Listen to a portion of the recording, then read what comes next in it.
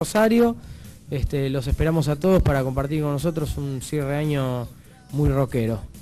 Bien, y saludos a los chicos también que forman parte de la banda. Que también A todos los chicos que están en la sala esperándome. Bueno, muchas gracias, Franz. Un besote, gracias por el espacio. En el viaje, y nos vemos entonces en la presentación del disco. Y este sábado 8, no te olvides, Magna Mara, 21 a 30 horas. Allí estaremos. Muchísimas gracias. A vos. Nos vamos al corte, hay más política, está la mesa de la seguridad y volvemos con más.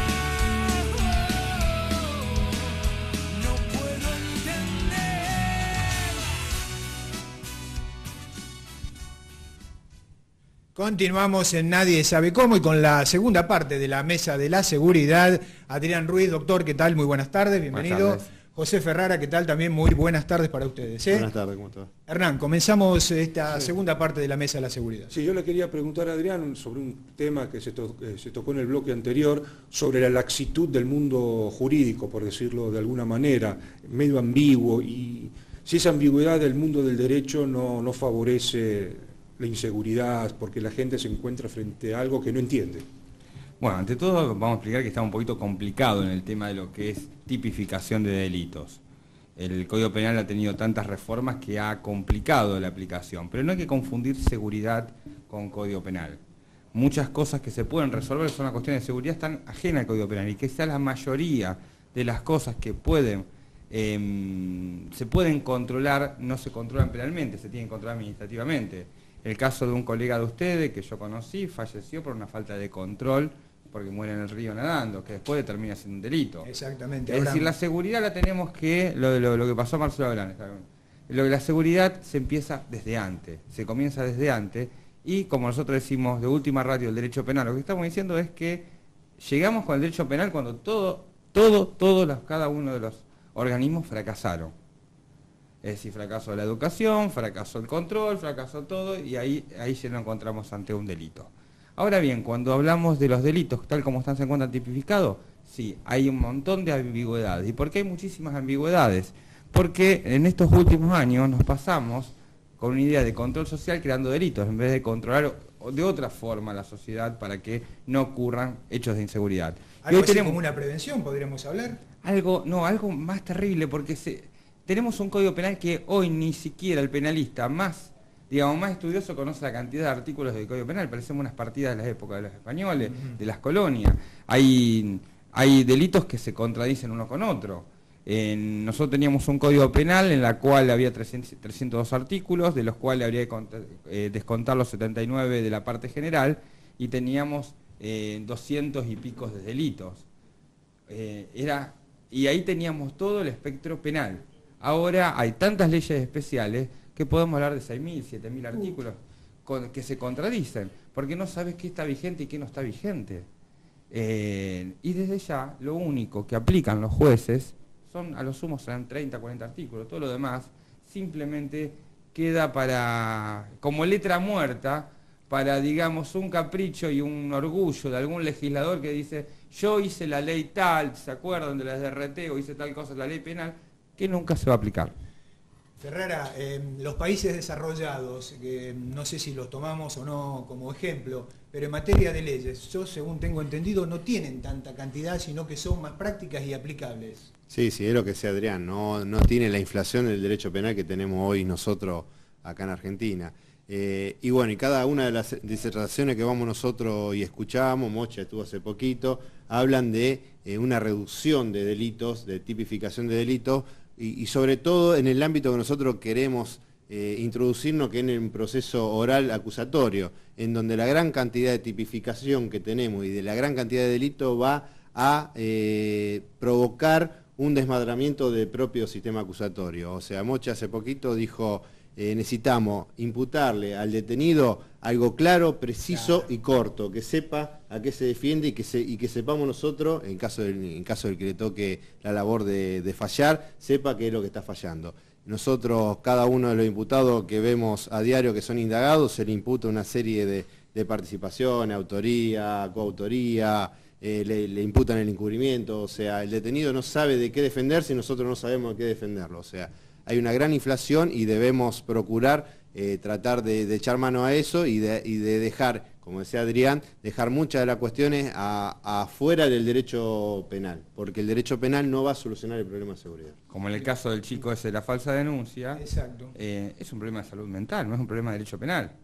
Es decir, un tipo que se autoflagela, se lesiona, prácticamente lo tienen que estar abordando médicos, psiquiatras, y no un juez. ¿Qué puede resolver un juez?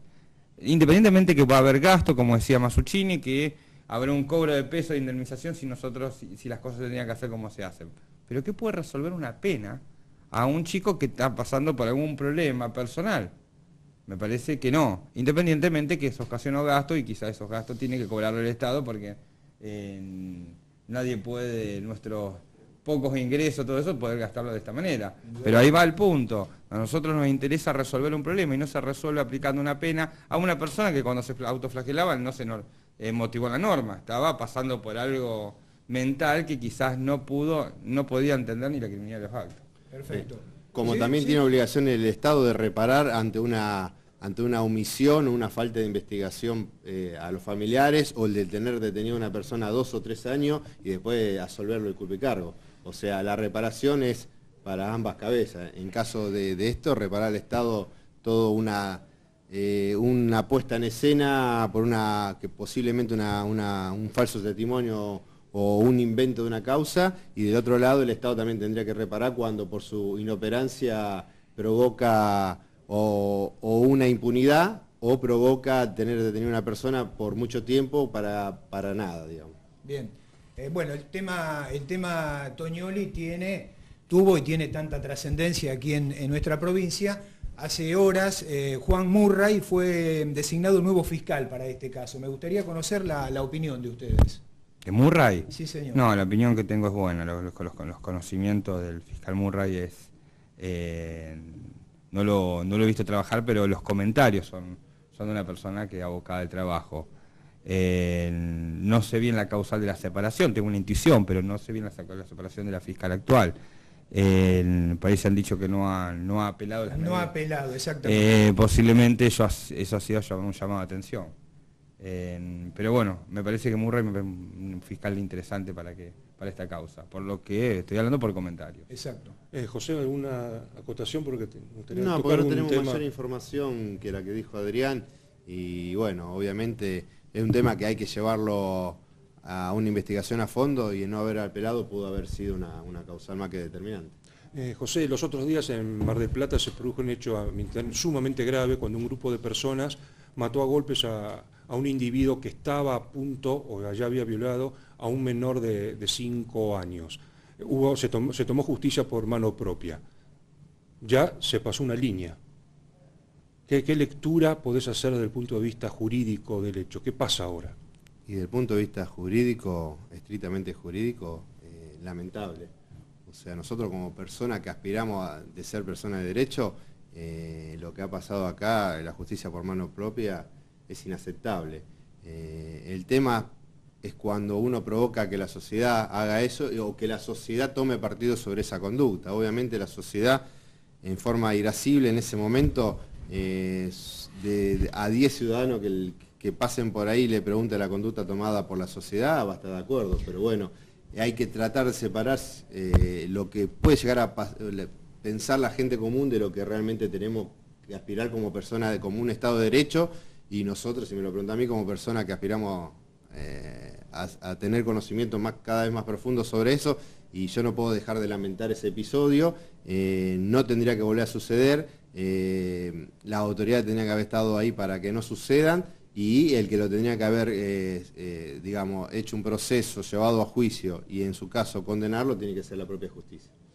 Como vos decías, Ferrara, yo me entero de esta información a través de los medios de Buenos Aires, y el público llamaba a los oyentes, llamaban a los medios y veían con buenos ojos lo que había pasado con este violador. Entonces sí, por supuesto, como decían ustedes, es una aberración, pero decían, ¿qué pasa? Un violador menos que está en la calle o que va a estar un año detenido y después seguramente como se dice habitualmente, entra por una puerta y sale por la otra. Esto es lo que decía la gente en su mayoría, en su gran mayoría no, todos.